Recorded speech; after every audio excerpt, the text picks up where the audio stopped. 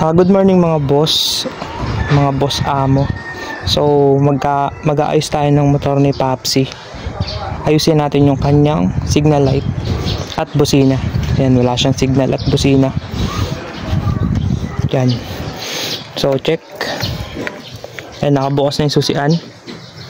Tapos busina wala. Signal light wala rin. Yan, hindi umiilaw. Yan. So sa signal light kasi nito mga boss, wala siyang flasher relay. Yan, kaya siya walang signal light. So ang flasher relay, siya yung device para magkaroon ng signal light ang isang motor. Ipapakita ko sa inyo yung sample na ikakabit natin. So ito yung ikakabit natin, Lihua na flasher relay. Napakaganda na itong brand na to guys, kasi waterproof. Saka makakita ng waterproof na flasher relay. Ayan. Ito yung mga kinakabit ko sa mga motor na ginagawa ko. Ayan guys, oh. Lihua. Diba ang gamit natin sa CDI, Lihua rin na 4-pin. Ito naman sa flasher relay, maganda rin yung brand na to. Yan, papakita ko sa inyo kung paano siya ikabit. So meron dito B tsaka L. Yung B, yung letter B, kakabit nyo yan sa accessories ng motor. Accessories wire ng motor natin, dahil microbike to, parehas siya ng Honda, color black. Ito yung black wire, siya accessories. Tapos yung letter L naman dito, letter L, siya naman yung sa gray wire ng ating motor. Siya yung papunta ng ating signal light switch para magka-supply. So ikabit lang natin yung B dito sa black, yung L dito sa gray. Okay, yan mga boss amo, kinabit ko na pala yung ating flasher relay na Lihua. Napakaangas niya, no? So tulad ng sinabi ko sa inyo, itong L, yung L dito ko kinabit sa gray wire papuntang switch ng signal light. Siya yung nagbibigay ng supply para magkaroon tayo ng signal light. Tapos yung black wire naman, yan, oh. Ay, yung black wire, yung B dito siya sa black wire. To accessories wire ng motor yan. Tapos check na natin kung meron na signal light bago natin to ayusin. Signal tayo. Lapar. Ay, meron na. Ay, meron na guys. Yun, o. Ayos. Ano? May signal light na agad. Kabila.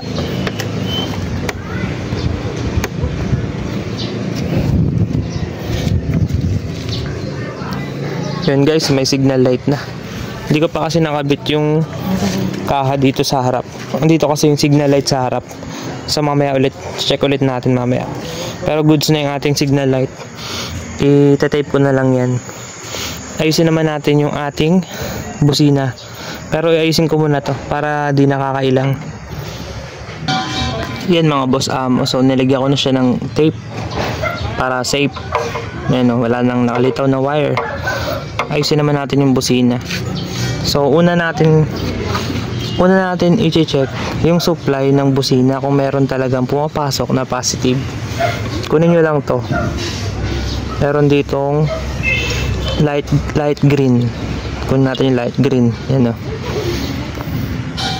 Yung light green kasi dapat dito may positive na lumalabas galing sa ating switch or button ng busina.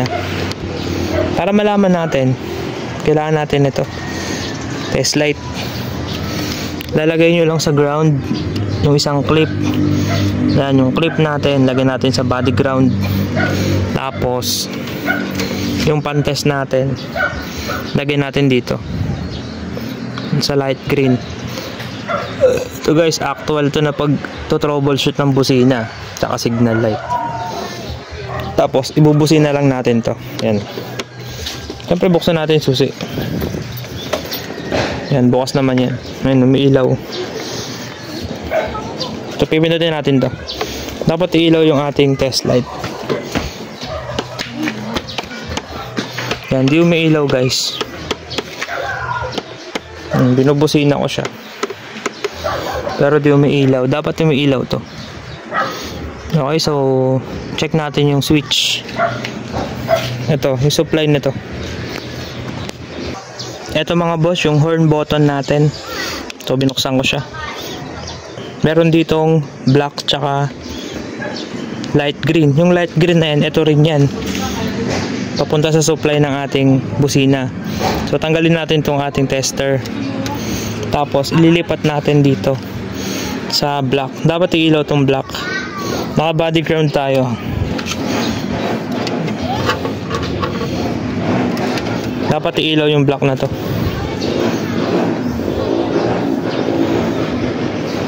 Yun guys, so may ilaw siya. And so possible lang naging problema dito yung ating switch. Ito lang. Kasi may supply dito.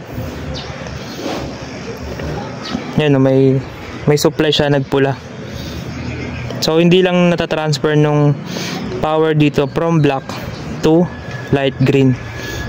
So para malaman natin, lagay natin yung tester natin sa light green.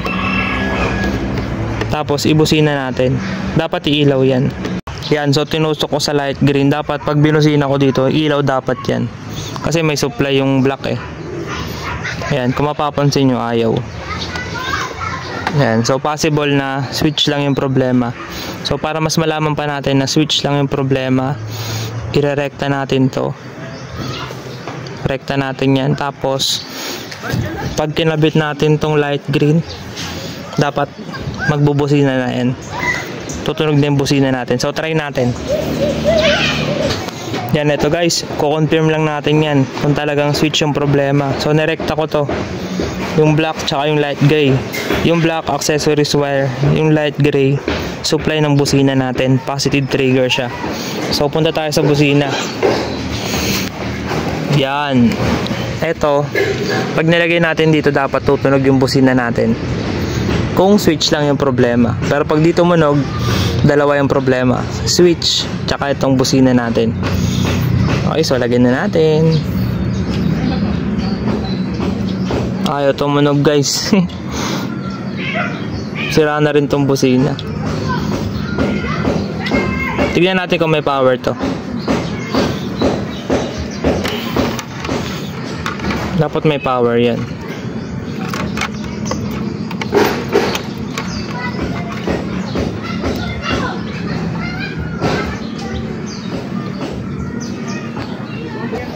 Ayan guys, so nadagdagan na naman ang problema. Dito, mayroon siyang power. Ayun o, nagpupula. Pero pagdating dito, wala siya.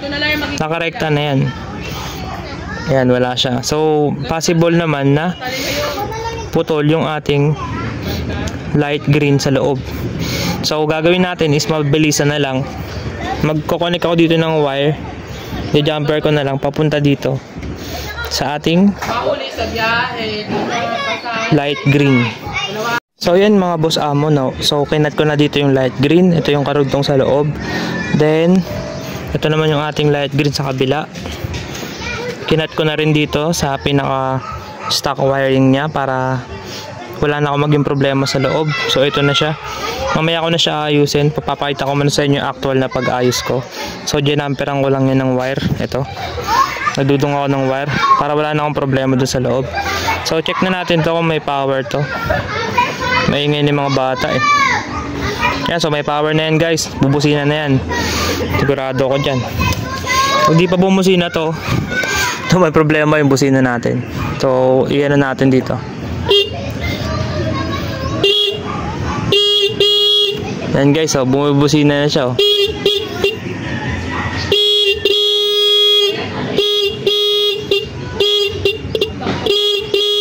Kaso pangit ang busina ni Papa. palitan ko na lang yan. Pero ganun lang guys mag-ayos ng busina. So at least alam nyo na. Una, i-check nyo kung may supply dito. Light green, check nyo kung may supply yan, yung positive nya. Pag wala, ngayon pag may supply naman to, yung ground naman ang i-check nyo. Baka yun naman ang wala. Okay? So papalitan ko na lang yan. So di ko na ipapakita. Tapos eto kasi bibili pa ako ng switch. May sira rin kasi itong switch, di ba? Ayaw niya na mag-contact. Tsaka sira na rin talaga siya. Bibilang ko na ito, switch, tsaka busina. Yun lang guys. Sana natuto kayo kahit papano kung paano mag-ayos ng signal at busina.